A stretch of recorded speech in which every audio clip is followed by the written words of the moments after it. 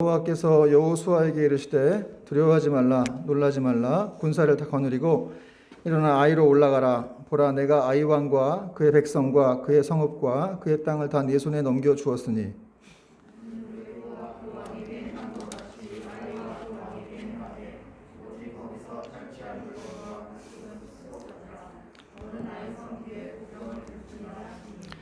이에 여호수아가 일어나서 군사와 함께 아이로 올라가려 하여 용사 3만 명을 뽑아 밤에 보내며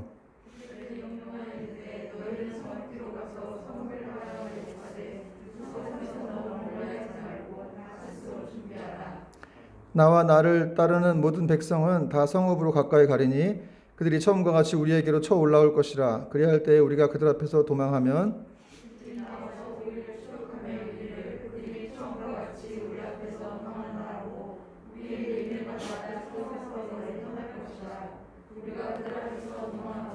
너희는 매복한 곳에서 일어나 그 성읍을 점령하라. 너희 하나님 여호와께서 그 성읍을 너희 손에 주시리라.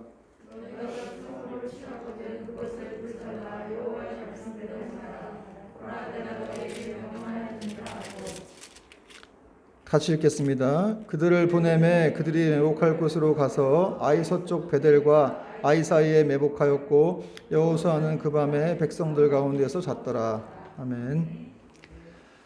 자, 우리 옆분들에게 한번 이렇게 눈빛으로라도 우리 안녕하십니까 라고 인사했으면 좋겠습니다. 반갑습니다. 안녕하십니까. 자, 오늘 말씀 제목은 다시 찾은 승리라는 제목인데요. 우리는 계속해서 여호수아서를 살펴보고 있는데요. 여러분, 우리가 사는 동안 이렇게 성공보다는 실패를 경험하며 살 때가 참 많습니다. 저도 길지 않은 인생이지만 긴가요? 길지 않은 인생인데 실패를 많이 경험했던 것 같아요. 성공보다는. 물론 성공과 실패의 기준이 뭐냐 그렇게 말하면 또 할 말이 없겠는데 어쨌든 참 실수도 많이 하고 또 여러 뜻대로 안 되는 경험들이 많이 있던 것 같아요. 여러분, 세상에 어떤 사람이든지 실패를 좋아하는 사람 없죠. 근데 실패를 경험하지 않을 수가 없어요. 모든 사람은 다 실패를 경험합니다. 좋든 싫든. 중국 속담에 보면은 이렇게 실패는 병가지상사란 말이 있죠. 그래서 병사들이 싸움에 항상 이렇게 패하는 게 뭐 일반적이기 때문에 그 일로 너무 낙심하지 말아라. 뭐 이런 메시지를 던지고 있습니다. 근데 여러분, 실패보다도 사실은 더 이제 무서운 게 있는데 그 실패를 통해서 아무것도 배우지 못하는 거예요. 알렉산더 휘튼이라는 사람도 실패에 대해서 이렇게 정의를 했는데 가장 나쁜 실패는 다시 시작해 보려고 하지 않는 것이다. 이렇게 얘기했습니다. 그러니까 여러분, 실패를 했어도 다시 시작하는 것이 중요하고 또 그것이 진정으로 실패를 극복하는 방법이다. 뭐 이런 얘기를 하는 거 아니겠습니까? 저와 여러분은 뭐 실패를 했다 할지라도 그것을 디딤돌 삼아서 더 영적으로 성장하고 비상하는 그런 은혜가 있기를 축원합니다. 이제 본문으로 들어가기 앞서서 지금까지 내용을 좀 살펴보겠는데요. 그동안 하나님의 은혜로 요단강 건너고 또 여리고성도 손 하나 까딱 안 하고 무너뜨리고 그렇게 했다가 이 사람들이 이제 아이성에 올라갔는데 이제 뭐 좀 승리의 어떤 승리감이 도취돼 있었겠죠. 그래서 하나님께 묻지도 않고 아이성 갔다가 큰 패배를 당해요. 몇십 명이 죽었는데 굉장히 뼈 아픈 그런 패배였습니다. 근데 사실 아이성이 이 여리고성에 비하면 굉장히 규모가 작고 사람도 많이 작았는데 근데 어떻게 보면 사실은 그 정도 패배한 게 좀 다행이라고 할까요? 감사하다고 할까요? 그런 거였습니다. 왜냐하면 이 가나안 사람들 자체가 워낙 그 싸움들을 잘하고 이 전쟁에 아주 그렇게 익숙한 사람들이었기 때문에 사실은 더 많이 죽을 수도 있었는데 3,000명이 올라갔죠. 3,000명. 여호수아가 3,000명 보냈어요. 근데 36명 죽었어요. 그러니까 굉장히 많이 적게 이렇게 죽은 거죠. 그러니까 이거는 어떻게 보면 하나님께서 정말 시편 37편 24절 말씀처럼 그는 넘어지나 아주 엎드러지지 아니하면 여호와께서 그의 손으로 붙드시미로다. 이 말씀이 이루어진 것입니다. 사실은 더 많은 패배와 더 많은 사상자를 뭐 이렇게 당할 수도 있었지만 그럼 하나님이 붙으셨다는 사실이죠. 왜냐하면 이스라엘 백성들에게 너무 큰 슬픔과 절망 끝으로 이렇게 몰리게 되면 이 사람들이 다시 한번 완전히 전의를 상실하고 또 출애굽으로 뭐 이렇게 다시 애굽으로 돌아가겠다 이런 말들을 할 수 있었기 때문에 그렇다는 것이죠. 여러분, 그렇습니다. 우리는 넘어지고 좌절할 수가 있어요. 몸과 마음이 온통 상처뿐인 그런 사람도 있겠죠. 그러나 여러분, 하나님께서 그런 사람도 이렇게 절망하고 넘어져 있는 그런 사람도 그 순간에도 권능의 손으로 계속 붙들고 계시고 그 사람의 어떤 마음을 이렇게 붙잡고 계신다는 사실을 우리가 믿어야 됩니다. 그러니까 우리가 지금의 삶보다 더 나빠지지 않는 것, 그게 우리의 능력이라고 생각하면 착각이라는 거예요. 뭐 경제적인 상황이라든지 건강이라든지 이 모든 것을 다 하나님이 이렇게 붙잡고 계시다는 것이죠. 여러분, 지금까지 살면서 생각해 보면은 얼마나 많은 위기가 있었겠어요, 사실. 그렇지 않아요? 결혼한 사람들은 자녀의 위기가 있었겠고, 경제적인 위기가 있었겠고, 뭐, 또 회사 다니는 분들은 또 회사의 위기가 있었겠고, 뭐, 저도 많이 위기가 있었는데, 그런 상황들이 여태까지 이렇게 그냥 흘러왔다는 것이죠. 자기 힘으로 흘러온 것이 아니라 사실은 하나님께서 이렇게 완전히 엎드러지지 않도록 붙들어줬다는 것이죠. 보이지 않는 주의 손이 우리를 이렇게 지켜주셨습니다. 그걸 인정해야 한다는 것이죠. 그럴 때 진정한 감사가 나오는 거예요. 여러분, 사실 우리 크리스찬들에게는 난 자수성가했다, 내가 자수성가해서 이렇게 왔다, 이런 말은 맞지 않는 겁니다. 자수성가가 어디 있습니까? 하나님의 은혜로 다 지금까지 이렇게 온 것인 줄 믿으시기 바랍니다. 여러분, 아이성에서 패배한 여호수아와 이스라엘이 이제 슬퍼하며 낙심했는데 아간의 죄를 드러내셨죠. 하나님이 드러내셔서 이제 심판하게 하시고 다시 한번 아이성으로 진격하라고 이렇게 명령을 또 내리십니다. 그 내용이 이제 오늘 본문의 1절과 2절인데 우리 1절과 2절을 좀 다시 읽어볼게요. 시작. 여호와께서 여호수아에게 이르시되 두려워 말라, 놀라지 말라, 군사를 다 거느리고 일어나 아이로 올라가라. 보라, 내가 아이 왕과 그의 백성과 그의 성읍과 그의 땅을 다 내 손에 넘겨 주었으니 너는 여리고와 그 왕에게 행한 것 같이 아이와 그 왕에게 행하되 오직 거기서 탈취할 물건과 가축은 스스로 가지라. 너는 아이성 뒤에 복병을 줄지니라 하시니. 아간의 죄에 대해서 공동체가 이렇게 회개하고 또 이렇게 아파했죠. 그리고 이제 여호수아와 이스라엘 백성들에게 하나님께서 다시 한번 이렇게 승리의 그런 약속을 허락해 주십니다. 항상 이렇게 죄를 회개한 다음에 여러분 이런 승리가 주어지고 기쁨이 주어집니다. 처음 여호수아에게 해주셨던 말씀, 두려워 말고 놀라지 말라, 이런 말씀을 또 주셨어요. 이 사람들이 아이성에서 패배해가지고 크게 두려워하고 있을까봐 벌써 이제 하나님이 아시는 거죠. 너무 두려워하고 있을까봐 두려워하지 말고 놀라지 말라, 이런 약속을 다시 한번 이렇게 확인시켜 주신 것입니다. 하나님은 언제나 이렇게 확인시켜 주시고 다시 이렇게 격려해가지고 일어나기를 원하시는 것이죠. 또 하나님이 이렇게 여호수아에게 힘을 주시고자 그 성을, 거기 있는 성의 모든 걸 다 주었다, 다 넘겨주었다, 이런 말씀을 했어요. 아이성이라는 한 단어만 써도 되는데 하나님께서 뭐라고 하셨냐면은 내가 아이 왕과 그의 백성과 그의 성읍과 그의 땅을, 그러니까 한마디로 목적어가 4번 나와요. 강조한 것이죠. 거기 있는 거를 다 빠짐없이 너에게 내가 주었다. 이미 경기도 안 했는데 다 주었다는 거예요. 이미 승리를 네가 가져갔다. 내가 너에게 이미 승리를 주었다, 이렇게 말씀하시는 것이죠. 그러므로 여러분, 우리 성도들은 이미 승리를 한 그 승리 위에서 우리는 싸움을 하는 사람인 줄 믿으시기 바랍니다. 그리고 초대를 받은 거예요. 주님이 다 밥상 차려놨으니까 우리는 숟가락만 얹으면 되는 것이죠. 근데 이 숟가락도 못 얹는 사람들이 있는데 숟가락을 얹어야 되는 것이죠. 주님이 다 차려놨기 때문에. 여기서 우리가 또 알 수 있는 건 뭡니까, 여러분? 한번 이렇게 실패하고 패배했다고 해서, 아이성에서 패배했다고 해서 계속해서 잘못되고 또 실패하는 것이 아니라는 것을 알 수가 있어요. 우리가 몇 번 이렇게 실패를 하다 보면 자꾸 주눅이 들고 이제는 도저히 이길 수가 없을 것 같은 생각이 들기도 하는데, 그러나 하나님은 그렇지 않다는 것이죠. 다시 한번 하나님께서 함께 하실 것을 약속하시고 또 그런 은혜를 주신다면 얼마든지 승리는 우리의 것이라는 것을 성경은 말씀하고 있다는 사실이죠. 그러니까 이렇게 한번 하나님이 함께 하신다 그러면 평소에는 도저히 상상하지도 못할 그런 일들이 우리에게 주어질 수가 있다는 거예요. 그런 은혜들이 주어질 수가 있다는 겁니다. 또 하나님은 이제 군사를 다 거느리고 아이성으로 올라가라 그랬어요. 여러분, 아이성이 어떤 곳입니까? 패배에 큰 트라우마가 있는 곳이죠. 그 기억만 해도 이스라엘 백성들은 아주 막 치가 떨리고 막 슬퍼하는 두려운 곳이었는데 거기 다시 올라가라. 여러분, 그냥 올라가라고 했던 말만 기억하면 그냥 올라가도 되나 보다 생각하는데 사실 거기는 큰 패배 지역이었거든요. 그러니까 상처가 있는 곳이에요. 거기 올라가라. 왜 그랬을까? 여러분, 하나님께서 그 실패의 현장에서 다시 한번 큰 승리를 경험케 하시기 위해서 거기를 올라가라 그랬다는 거예요. 여러분, 우리가 두려워하는데 우리가 못 가죠. 두려워하는 일을 잘 우리가 못할 때가 많은데 사실 하나님께서 다시 우리를 그렇게 이끄셔가지고 그걸 극복하게 하신다는 거예요. 그게 진정으로 하나님이 원하시는 거예요. 그러니까 이스라엘 백성들도 아마 거기서 깨달았을 거예요. 올라가서 내 생각 버리고 내 생각대로 3,000명 데리고 올라가서는 안 되는구나. 하나님이 겸손한 마음으로 하나님을 의지하게 되면 결국 승리할 수밖에 없구나 라는 것들을 이런 아이성에서 다시 한번 깨닫게 되는 것이죠. 그리고 중요한 건 뭐냐면 이 사람들이 마음이 물같이 녹았었어요.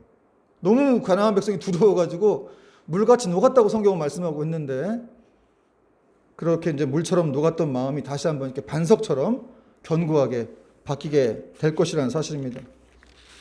그리고 하나님은 이제 여리고성을 정복할 때 두 가지를 또 새롭게 명령하셨어요. 여리고성과는 달리. 첫 번째는 이제 그 성에 들어가서 전리품을 네가 가져가라. 이런 말씀하셨어요. 여리고성 갔을 때는 다 바치라 그러셨죠. 하렘이라는 말을 히브리어로 썼는데 진멸하다. 그래서 다 바쳐진 거기 때문에 여리고성 때는 아무것도 건드리지 말라 그랬는데 여기서는 아이성은 정복하고 나서는 네가 가져가라. 네 거 가져가. 전리품들을 가져가라. 이게 무슨 말씀이겠습니까? 이스라엘 백성들을 생각하신 거예요. 다음 전쟁을 준비하고 생활할 수 있도록 이 사람들을 이렇게 도와주신 거죠. 이렇게 좀 쌀이라도 이렇게 좀 물품이라도 이렇게 챙겨주신 거예요. 하나님이. 여러분, 하나님이 다 생각 안 하시는 것처럼 보이지만 그러나 우리를 다 생각하세요. 뭐가 필요한지, 뭐가 없는지. 그리고 만약에 이거 아간이 알았었으면 아간이 도둑질을 안 했을 수도 있습니다. 그런데 아간이 이걸 몰랐어요. 그래서 아간은 그때 여리고성 때 훔치지 말라고 했는데 그냥 슬쩍 했죠. 아간 혼자서. 그 이스라엘 백성이 다 고통스러웠잖아요. 여러분, 우리 하나님의 뜻을 알아야 돼요. 모르면 두려워하는 거고 모르면 슬쩍하는 거예요. 여러분, 아간이 슬쩍했다는 건 자기 마음대로 살겠다는 뜻이거든요. 나 하나님 없어도 좋아. 왜냐하면 하나님 나 안 도와줄 거니까 내 마음대로 살면 되지 라고 생각하는 것이었어요. 그래서 자기가 하나님 말씀 어기고 슬쩍한 건데 사실은 나중에 아이성 때 하나님이 다 줬다는 거예요. 야, 전리품 이제 나한테 바치지 말고 니네가 가져가라. 이거 알았으면 아간이 그렇게 범죄 안 했다는 것이죠. 그러니까 여러분, 우리는 하나님에 대해서 좀 많이 아는 게 중요해요. 하나님을 알면 알수록 우리 안에는 평강과 은혜가 넘치는 거예요. 믿으시면 아멘 하시기 바랍니다. 그럼 하나님을 어떻게 할까요? 어떻게 할까요? 하나님을 성경에 다 써 있잖아요. 여러분, 성경 많이 보십니까? 성경을 많이 봐야 돼요. 그래서 그리스도의 말씀을 들을 때마다 믿음이 생긴다 그랬죠. 그래서 우린 자꾸 이렇게 세상에 살다 보니까 일주일 동안 교회에 1시간 오는데 그래가지고 우리 믿음이 성장한다? 이게 쉽지 않아요. 1시간 교회에 맡겨서 어떻게 성장합니까? 애들도 1시간 맡겨서 어떻게 성장합니까? 집에서 6일 동안, 물론 직장도 다니고 하지만 갔다 와서 정말 이렇게 하나님과 은혜의 시간들을 나누고 말씀을 보고 기도하는 시간들이 중요하다는 거예요. 사실은 여러분, 우리의 신앙 성장, 물론 하나님이 은혜로 우리의 믿음을 주셨지만 그걸 계속 유지할 수 있도록 그분이 붙드시고도 있지만 그러니까 지금 그 정도 유지를 하고 있는 거예요. 우리가 지금 나머지 성장할 수 있도록은 우리가 노력해야 한다는 것이죠. 하나님 우리에게 의지도 주셨고 지성도 주셨기 때문에 계속해서 하나님께 나아가는 노력들이 필요한다는 것입니다. 그리고 여러분, 하나님이 이렇게 다 채워주시는 분이라는 사실을 우리가 믿으시기 바랍니다. 하나님은 우리가 이렇게 우리가 구해야 할 것을 미리 아시는 분이다. 성경은 또 말씀하고 있죠. 또 머리털까지 다 세신 분이다. 이런 말씀하고 있습니다. 저는 이 머리털까지도 다 세신 바 되었다는 말씀이 참 은혜스러운 것 같아요. 여러분 자기 머리 세본 사람 있어요? 아무리 부모가 자녀를 사랑해도 머리털을 하나 셀 수는 없더라고. 너무 많아요. 세다가 지치죠. 그게 무슨 말이냐면 그만큼 하나님이 우리 세세하게 우리를 돌보시고 사랑하시고 챙기시고 있다. 이런 말이에요. 여러분, 머리털 셀 수 없으면 하나님 원망도 하지 마세요. 머리털을 셀 수 있는 분이에요. 그분은 다 세신 분이시고 그만큼 내가 너를 정확히 알고 있다. 너의 모든 필요를 다 채울 것이다. 이런 말씀을 하고 있는 겁니다. 그래서 하나님은 이렇게 이스라엘에게 승리의 영광과 더불어서 전리품도 함께 이렇게 챙겨주시는 그런 은혜를 주시는 분이십니다. 마찬가지로 오늘날도 우리가 영적인 싸움들을 벌이고 있죠. 지금 여러분, 주일에 한번 교회 오는 것도 힘들어요. 못 온 사람도 있죠. 지금 또 온라인 예배 시대니까 이게 쉽지가 않아요. 그 영적인 싸움이라고 전부 다 이게 지금. 근데 그 싸움에서 승리하는 사람들에게 하나님이 이렇게 상급을 주시겠다. 여러분, 우리의 싸움이 결코 그냥 무가치한 싸움이 아닙니다. 이런 싸움들이. 그래서 우리는 영적인 싸움들에서 잘 이렇게 승기를 잡고 하나님과 함께 동행해 나가야 된다는 거예요. 왜냐하면 나중에 천국 가서 하나님의 주시는 상들이 있기 때문에 그렇습니다. 사도 바울도 표대를 향하여 그리스도 예수 안에서 하나님이 위에서 부르신 부름의 상을 위하여 내가 달려간다 그랬어요. 사도 바울의 목표는 하나였습니다. 하나님께서 위에서 부르신 부름의 상을 위해 달려간다. 여러분, 우리는 뭘 위해 달려가나요? 여러분, 바울처럼 이렇게 하나님이 부르신 상을 위해서 달려가야 될 줄로 믿습니다. 성경이 분명히 약속하고 있어요. 하늘의 상급이 분명히 있다. 뭐 잠언 11장 18절에도 악인의 삭은 허무하되 공의를 뿌린 자의 상은 확실하다. 이런 말씀을 하고 있고요. 또 마태복음 5장 11절 12절에도 너희를 욕하고 핍박하고 거짓으로 너희를 거스려 모든 악한 말을 할 때에는 너희에게 복이 있다. 예수 믿는 것 때문에 네가 가난하고 나 때문에 욕먹고 이러는 거 너 복이 있는 거야. 기뻐하고 즐거워하라. 하늘에서 너희의 상이 큽니다. 눈에 보이는 게 다가 아닙니다. 하나님이 다 보고 있어요. 다 상 주실 거 예비하고 있고. 그거 바라보고 달려가는 사람이 진정한 그리스도인이라는 것이죠. 또 하나님은 여호수아에게 또 두 번째 명령을 내리셨는데, 이제 복병을 두라. 하나님이 참 다양하게 일하시죠. 여리고성 때는 이렇게 막 기적으로 일하셨는데 이번엔 복병을 두라고 하신 거예요. 그러니까 사실 뭐 시간이 걸리는 것도 아니었는데, 이거는 이제 여리고성 이 이스라엘 백성들이 좀 용기가 필요해요. 빠른 행동이 필요하고 하는 그런 부분이었습니다. 그래서 어떤 이 여호수아는 순종 잘하니까 정말 3만 명을 이렇게 뽑아가지고 이 아이성 성읍 뒤에다 이렇게 배치를 했어요. 그리고 이제 자기들은 이제 부하들과 함께 그 성읍 앞으로 갔다가 도망치는 척하고 갔다가 광야길로 갔다가 그 아이성 사람들이 도망친 줄 알고 따라 나오면 그때 이제 매복했던 애들이 나와가지고 그 성을 이렇게 정복하는 그런 작전을 여호수아가 이렇게 구상을 했습니다. 그 내용이 이제 3절부터 7절까지 나오는데, 3절 보니까 이에 여호수아가 일어나서 군사와 함께 아이로 올라가려 하여 용사 3만 명을 뽑아 밤에 보내며, 4절 그들에게 명령하여 이르되 너희는 성읍 뒤로 가서 성읍을 향하여 매복하되 그 성읍에서 너무 멀리하지 말고 다 스스로 준비하라. 5절 나와 나를 따르는 모든 백성은 다 성읍으로 가까이 가리니 그들이 처음과 같이 우리에게로 쳐 올라올 것이라. 기고만장하고 이제 한번 이겼으니까 또 쳐들어올 거다, 이런 말을 하는 거죠. 그리할 때에 우리가 그들 앞에 도망하면, 마치 이렇게 지는 것처럼 도망하면, 6절 그들이 나와서 우리를 추격하여 이르기를 그들이 처음과 같이 우리 앞에 도망한다 하고 우리의 유인을 받아 그 성읍에서 멀리 떠날 것이라. 우리가 그들 앞에서 도망하거든 너희는 매복한 곳에서 일어나 그 성읍을 점령하라. 이게 바로 여호수아의 작전이었습니다. 그리고 하나님이 또 말씀하셨죠. 너희 하나님 여호와께서 그 성읍을 너희 손에 주시리라. 순종하면 주신다는 거예요.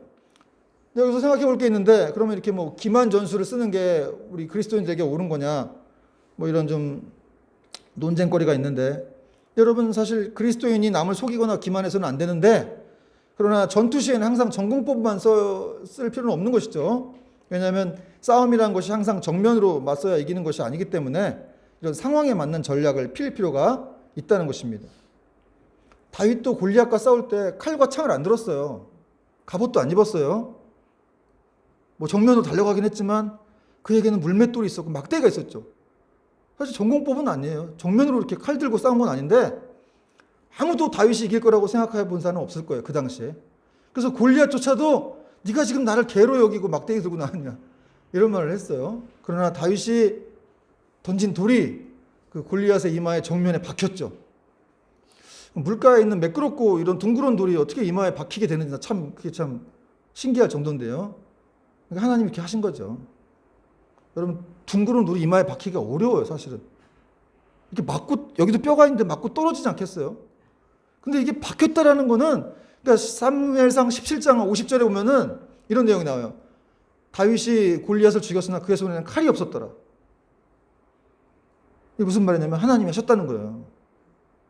하나님이 골리앗을 죽였다는 거예요. 40일 동안 나와서 여호와의 이름을 망령되이 여기고 욕했던 그 골리앗을 하나님이 죽이기로 작정하셨다는 거죠. 근데 40일 동안 이스라엘 백성들은 아무도 못 나갔어요. 무서워가지고.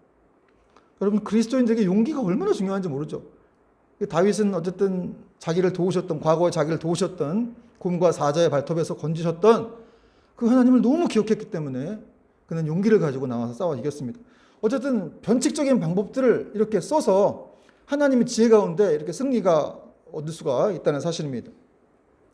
또 이 매복 작전에서 걱정되는 거는 여리고성 사람, 이 아이성 사람들이 안 따라 나오면 어떻게 되는 것이다. 그렇죠, 그럴 수 있잖아요. 안 따라 나오면 어떻게 되나. 그럼 여호수아는 더 이제 신뢰도가 떨어지는 거죠. 아이성 패배했죠. 또 이스라엘 백성들은 물같이 녹았었는데 마음이, 그들은 완전히 그 물같이 녹은 마음 완전히 다 증발돼 버릴 수도 있어요. 실패하면. 여러분 어떻게 해야 되겠습니까? 그러면 따라오게 하려면 사람들 기도해야 됩니다. 기도. 영국의 유명한 청교도 정치가였던 크로메이라는 사람이 이런 말을 했는데, 철저히 준비하십시오. 그러나 기도합시다. 여러분 철저히 준비하고 기도하는 사람을 이길 수 있는 방법은 없죠. 여호수아가 이렇게 철저하게 준비하고 기도하면 적들은 덫에 걸려들 수밖에 없는 거예요. 왜냐하면 철저하게 준비하고 기도하는 것 그 자체가 바로 하나님이 함께 하시기 때문에 그렇습니다. 여러분 우리가 하나님을 대충 하면 안 돼요. 철저하게 준비해야 됩니다. 철저하게 회사에서도 일해야 되고, 그리고 하나님의 기름 부으심을 구하는 거예요. 그럴 때 여러분 정말 이렇게 큰 승리가 주어지고 하나님의 역사가 우리와 함께 한다는 사실입니다. 여호수아는 정말 하나님 말씀이 이렇게 확실하다라는 것을 그는 확신하고 있었고, 결코 실패하지 않는다는 확신이 있었기 때문에 과감하게 행동했어요. 그랬더니 정말 이 아이성 사람들이 유인 작전에 걸려듭니다. 그 내용이 이제 14절부터 17절까지 나오는데, 14절 같이 한번 읽겠습니다. 14절 시작. 아이 왕이 이를 보고 그 성읍 백성과 함께 일찍 일어나 급히 나가 아라바 앞에 이르러 정한 때에 이스라엘과 싸우려 하나 성읍 뒤에 복병이 있는 줄은 알지 못하였더라. 복병이 있는 줄을 알지 못했어요. 아이 왕이. 15절 여호수아와 온 이스라엘이 그들 앞에서 거짓으로 패한 척하며 광야길로 도망하며, 16절 그 성읍에 있는 모든 백성이 그를 추격하려고 모여 여호수아를 추격하며 유인함을 받아 아이 성읍을 멀리 떠나니, 17절 아이와 베델의 이스라엘을 따라가지 아니한 자가 하나도 없다. 여러분 하나님은 결코 실패하지 않는 분이신 줄 믿으시기 바랍니다. 근데 참 재밌는 거는 14절 보니까 이렇게 아이 왕도 일찍 일어났네요. 아이 왕이 이를 보고 그 성읍 백성과 함께 일찍 일어나. 보통 여호수아, 아브라함 이런 사람들만 일찍 일어난 줄 알았는데 아이 왕 불신자인데 일찍 일어났어요. 여러분 우리도 일찍 일어나야 될 줄 믿습니다. 일찍 일어나서 경건훈련 열심히 해야 될 줄 믿습니다. 굉장히 지금 아이 왕과 그 백성들이 첫 번째 승리로 굉장히 기분이 이렇게 업돼 있었던 것 같아요. 그러니까 막 일찍 일어나고 설치는 거죠. 근데 그렇게 설쳐봐야 소용없다는 거예요. 왜냐하면 하나님이 이미 계획하셨기 때문에, 아이성을 패망시키려고 하나님이 작정하셨기 때문에 아무리 일찍 일어나서, 그래서 여러분 불신자들의 이런 열심, 이 향방 없는 이런, 그거는 진짜 허공을 치는 것 같은 것이죠. 아무리 열심히 해도 소용없는 거예요, 사실은. 물론 일반 은총 가운데 그들도 잘 살게 하고 돈도 벌게 하고 뭐 대기업 재벌이 되기도 하시지만, 그래서 뭐 so what이죠. 거기까지가 끝입니다. 그리고 여러분 하나님이 도와주지 않는다면 또 이렇게 갈 수도 없는 거고요. 이런 사실로 봤을 때 이스라엘 백성들이 첫 번째 싸움에서 졌던 사실이 얼마나 유익한지를 지금 볼 수가 있어요. 왜냐하면 거기서 이겼었으면 아마 아이성 사람들이 안 쫓아왔을 수도 있습니다. 뭐 긴장의 끈을 계속 놓지 않고 의심했을 수가 있겠죠. 그러나 이스라엘 백성들이 첫 번째 전쟁에 졌기 때문에 안심하고 쫓아왔어요. 그 17절에 보세요. 아이와 베델의 이스라엘을 따라가지 아니한 자가 하나도 없으며, 남녀노소 뭐 합쳐서 한 12,000명 됐었는데 12,000명 남녀가 다 따라갔다는 거죠. 재밌죠? 그 이스라엘을 막 신나가지고 막 자기 성문 다 열어놓고 자기 집 대문 다 활짝 열어놓고 날 잡아드십시오 하고 쫓아갔다는 거예요. 이것이 바로 하나님의 계획이었고, 그리고 하나님의 계획은 결국 승리한다는 것이죠. 여러분 그러므로 우리 하나님께서 우리와 함께 하신다면 어떤 상황에서도 우리는 반드시 승리하게 될 줄로 믿으시기 바랍니다. 여러분 성경은 예수님께서 전지전능하시고 지혜와 모략이 넘치시는 분이다, 이런 말씀을 하고 있어요. 지혜와 모략이 넘치시는 분은, 그분은 이렇게 어떤 사용하시는 전략과 방법이 하나 똑같은 게 없다는 거예요. 정말 이렇게 똑같이 말씀하시지도 않고 똑같은 방법으로 일하시지도 않습니다. 그래서 정말 우리가 상상할 수 없는 그런 지혜를 내시죠, 하나님은. 인간은 항상 이게 되나? 이런 생각을 많이 하고 우리 이성적인 생각에서 그렇게 멈출 때가 많은데, 하나님은 그렇지 않으시다는 거예요. 결코 하나님을 제한하면 안 됩니다. 결코 여러분이 어떤 삶의 문제에서든지 하나님을 빼버리면 안 된다는 거예요. 잠언 3장 5절과 7절은 말씀하죠. 너는 마음을 다하여 여호와를 의뢰하고 내 명철을 의지하지 말라. 너는 범사의 그를 인정하라. 그리하면 내 길을 지도하시리라. 여러분, 범사의 하나님을 인정하는 게 참 어려워요. 그죠? 어떤 데는 인정하고 싶고 어떤 데는 인정하고 싶지 않잖아요. 그러나 범사의 그분을 인정하라는 것이죠. 세상에 우연이 없구나. 또 모든 것이 하나님의 뜻 가운데 있구나. 하나님 나보다 더 지혜가 많으신 분이다 라고 인정하고 그분을 따라가라는 거예요. 이제 이스라엘 백성들은 여호수아에게 하나님께서 단창을 높이 들라 이런 명령과 함께 다시 아이성으로 방향을 돌려서 그들을 이제 무찌르러 갑니다. 그 내용이 이제 18절부터 23절까지 나오는데 제가 18절 읽어볼게요. 여호와께서 여호수아에게 이르시되 네 손을 잡은 단창을 들어 아이를 가리키라. 내가 이 성을 네 손에 넘겨주리라. 여호수아가 그의 손에 잡은 단창을 들어 그 성을 가리키니 계속 하나님이 단창을 들어라 이렇게 말씀하고 있어요. 그의 손을 드는 순간에 복병이 그들의 자리에서 급히 일어나 성읍으로 달려 들어가서 점령하고 그 성읍에 불을 놓았더라. 20절 아이 사람이 뒤를 돌아본즉 그 성읍의 연기가 하늘에 닿은 것이 보이니 이 길로도 저 길로도 도망할 수 없이 되었고 광야로 도망하던 이스라엘 백성은 그 추격하던 자에게로 돌아섰더라. 그리고 이제 여호수아가 아이성 백성들을 다 쳐 죽였다 이런 내용이 나오고 이제 26절에 그렇게 쳐 죽일 때까지 아이 주민들을 진멸하여 바치기까지 여호수아가 단창을 잡아 든 손을 거두지 아니하였다. 여호수아가 이렇게 단창을 높이 들어서 막 전쟁을 진두지휘했어요. 그런 모습이 이렇게 눈에 선하죠. 르비딤 출애굽하고 나서 르비딤에서 모세가 기도의 손을 높이 들었던 것처럼 여호수아가 단창 든 손을 높이 들었어요. 이건 내리지 않았다는 것이죠. 여러분 이스라엘의 모세가 이렇게 기도의 손을 높이 들었을 때 그들은 승리했죠. 모세가 팔이 힘들어가지고 내릴 때 이스라엘은 지게 했어요. 하나님이. 이번에도 여호수아가 단창을 들고서 계속해서 진두지휘를 하면서 그렇게 열심을 냈다는 것이죠. 왜 그랬습니까? 오직 전쟁의 승패가 하나님께 있다는 것을 여호수아가 아주 확실히 각인한 것이죠. 그래서 이 든 손을 내리지 않았다는 것이죠. 계속해서 그렇게 열심을 내고 싸웠다는 겁니다. 이스라엘 백성들도 뭐 트라우마가 있었겠지만 아이성에 대한 그들도 열심히 싸웠어. 그 단창을 든 손과 함께 이스라엘 백성들도 열심히 싸웠습니다. 그리고 이제 이스라엘 백성들은 여리고성에서 했던 것처럼 아이성 사람들을 다 진멸합니다. 그러나 말씀하신 대로 이 전리품들은 취했습니다.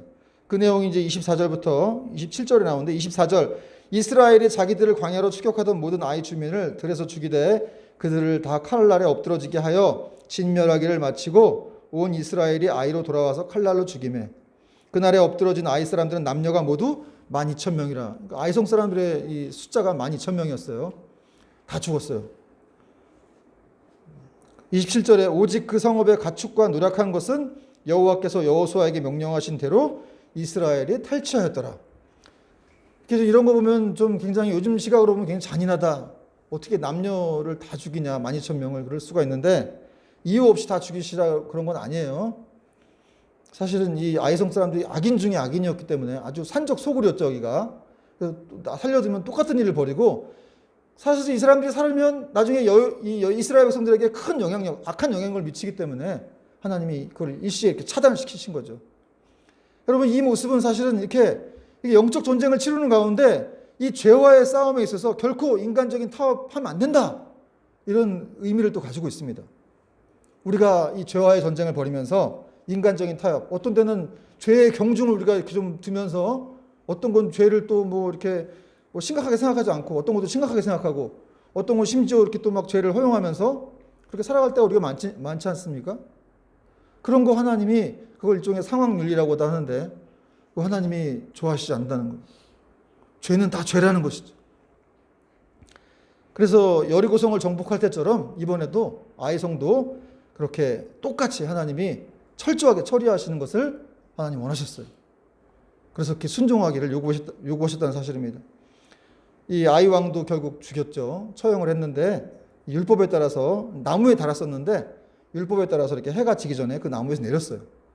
계속해서 그 죽은 사람을 나무에 달아놓고 해가 넘어갈 때까지 놔두면 안 되었거든요. 율법에. 그래서 이제 나무에서 내려서 이 성문 어귀에 던져서 이렇게 돌무더기를 쌓았습니다. 이 모든 것이 다 하나님께서 말씀하신 그런 명령에 대한 순종이었습니다. 말씀의 결론을 맺겠는데요. 여러분 영국의 이 19세기 영국의 유명한 설교자가 이런 말 했어요. 실수를 가장 적게 하는 사람이 훌륭한 사람이 아니고 가장 훌륭한 사람은 자신이 저지른 실수들을 발판 삼아 가장 눈부신 승리를 거둔 사람이다. 실수 다 할 수 있다는 거죠. 그러나 그 실수를 발판 삼아 다시 일어서라는 거예요. 그러므로 여러분 우리가 이미 저지른 실수들에 대해서 자꾸 생각을 하게 되는데 그 실수 생각하지 말라는 거예요. 그거 생각하지 말고 승리를 위해서 앞으로 달려가라는 것이죠. 여호수아와 이스라엘 백성들에게 이 아이성 패배의 기억들은 결코 잊지 못할 그런 사건이었습니다. 그러나 그 사람들은 그 실수를 경험 삼아서 더 영적으로 이렇게 성장하고 또 막강한 군사가 되었죠. 그러니까 여러분 실패보다 더 무서운 것은 어떻게 보면 그 실패를 교훈 삼지 않는 것, 그 실패를 통해 다시 일어서지 않으려고 하는 것, 그런 것이 더 무서운 것임을 알 수가 있습니다. 여러분 중에 혹시 나는 실패한 인생이다 이렇게 느끼는 분이 있습니까? 그럼 사실 성경이 다 실패한 사람들의 이야기잖아요. 그렇죠? 실패하고 두려워하는 사람들이 하나님 만나가지고 다시 일어서게 되었다. 이게 성경 바이블 스토리예요.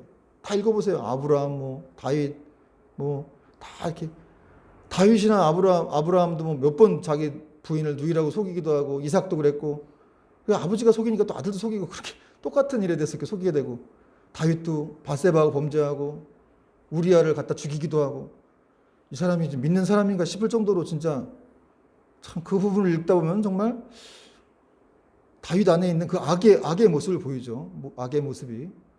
그게 인간이라는 거예요, 여러분, 결국. 모세도 자기 동족을 살린다고 애굽인들을 쳐 죽였죠. 그 쳐 죽이는 것에 대해서는 그게 크게 막 어떤 자책감을 느낀다거나 이런 게 없어요, 사실은. 그래서 하나님 그때 글을 안 씁니다. 40년 동안 광야에 있다가 80세가 돼갖고 다 힘 빠졌을 때, 그때 하나님이 그를 부르십니다. 그리고 또 40년을 쓰셨어요. 그죠? 그럼 된 거죠. 80세에 부르셔서 40년을 써서 죽을 때도 기력이 쇠하지 않았다는 그런 모습. 하나님, 이게 성경에 있는 모든 것들이 다 이렇게 실패한 사람들이 어떻게 보면 전부 다. 그래서 결국 다 인간이었다는 것이죠. 그러나 그들이 하나님을 만나서 그의 삶이 바뀌었다는 거예요. 그래서 실패가 정말 이렇게 하나님의 그런 축복의 통로로 바뀌게 되었다는 것을 말씀하고 있죠. 여러분, 성경적인 관점에서 실패란 무엇이냐? 실패란 다 끝난 게 아니라 하나님이 더 좋은 곳을 예비하고 계시다. 이것이 바로 성경의 정의라고 할 수 있습니다.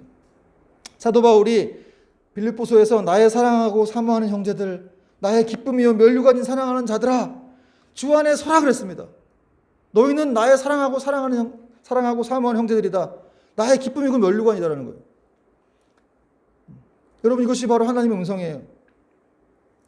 그렇기 때문에 우리는 주님의 사랑을 힘입었고 다시 용기를 내서 일어나야 한다는 것이죠. 그래서 여호수아처럼 다시 이렇게 실패를 딛고 일어나서 다시 단창을 들고 높이 손을 들고 다시 하나님 주시는 그런 비전의 땅을 향해서 우리가 나아가야 될 줄로 믿습니다. 여러분, 이 한 주가 그런 은혜의 한 주가 되기를 주님의 이름으로 축원합니다.